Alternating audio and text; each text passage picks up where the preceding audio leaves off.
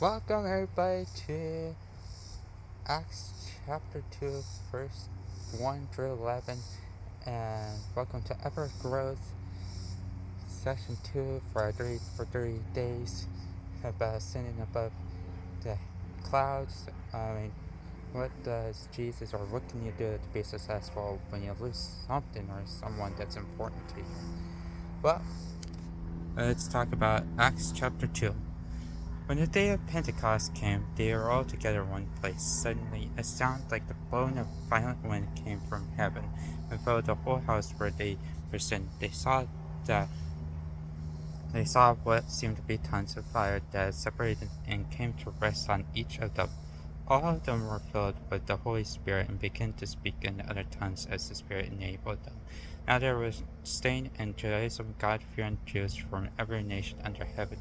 When they heard this sound, a crowd came together in bewilderment, because each one heard their own language being spoken. Utterly amazed, they asked, "Aren't all these who are speaking Galileans?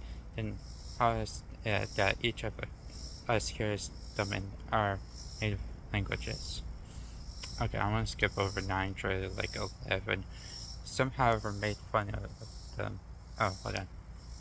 Amazed and perplexed, they asked one another, "What does this mean?" Some, however, made fun of them and said, "They have had too much wine." Now, this is what I learned here. Which there's 4 things. The Holy Spirit, number one, the Holy Spirit makes a movement. It doesn't stand still. It came in with the fire and made a movement. Second, people will actually come in after the movement, and they may ask questions or they may have doubts with it. But also, number three, people will make an accusation, just like what they were saying. They have had too much wine. No, they didn't. And you can keep going down through that chapter, and you can see how that Peter explains why they didn't have wine or anything like that.